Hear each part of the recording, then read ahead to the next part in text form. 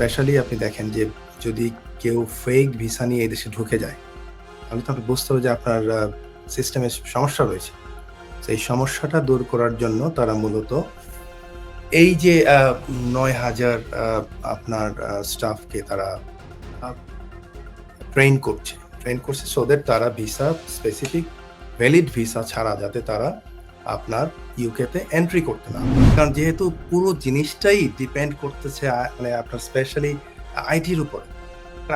আমি অনলাইনে যদি চেক করতে না পারি, আর আমার যদি ইন্টারনেটই না থাকে বা অনলাইনে যদি সমস্যা থাকে বা আমাদের সার্ভারে যদি কোনো প্রবলেম থাকে, অবভিয়াসলি এখানে তো আপনি তো এই জিনিসটা সরাসরি চেক করতে পারবেন না। তো এই ক্ষেত্রে কিন্তু আপনার এটি নিয়ে ফিজিক্যাল সমালোচনাও হচ্ছে। ইংল্যান্ডের এই ভিসা সিস্টেম নিয়ে সমালোচনাও হচ্ছে। অবভিয়াসলি এখন যদি আপনি একটা থেকে আরেকটাতে চেঞ্জ করতে চান, এই জিনিসগুলো ট্রানজিশনাল পিরিয়ডে হবে।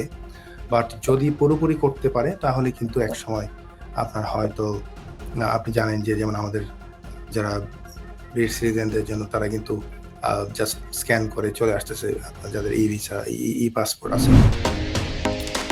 Stonebridge Legal Solutions Limited, your trusted immigration partner.